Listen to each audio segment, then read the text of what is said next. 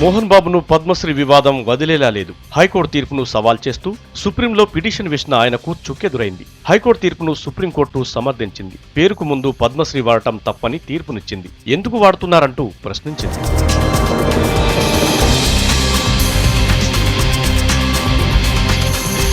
Cinema titles లో పద్మశ్రీని మోహన్ బాబు పేరుకు ముందు వెనక వాడుకోవడంపై బీజేపీ సీనియర్ నేత ఇంద్రసేనారెడ్డి గతంలో పిటిషన్ దాఖలు చేశారు. దీనికి సంబంధించి దేనికైనా రెడీ సినిమా క్లిప్పింగ్లను కోర్టుకు సమర్పించారు. పద్మశ్రీ బిరుదును ఎక్కడ పడితే అక్కడ వాడకూడదనే సుప్రీంకోర్టు మార్గదర్శకాలున్నా వీరి పేరుకు ముందు పద్మశ్రీని ఉపయోగించుకున్నారనేది మోహన్ బాబుపై వచ్చిన ప్రధాన విమర్శ. దీనిపై హైకోర్టు ఆగ్రహం వ్యక్తం చేసింది. పద్మశ్రీని తిరిగి ఇచ్చేయాలని సూచించింది.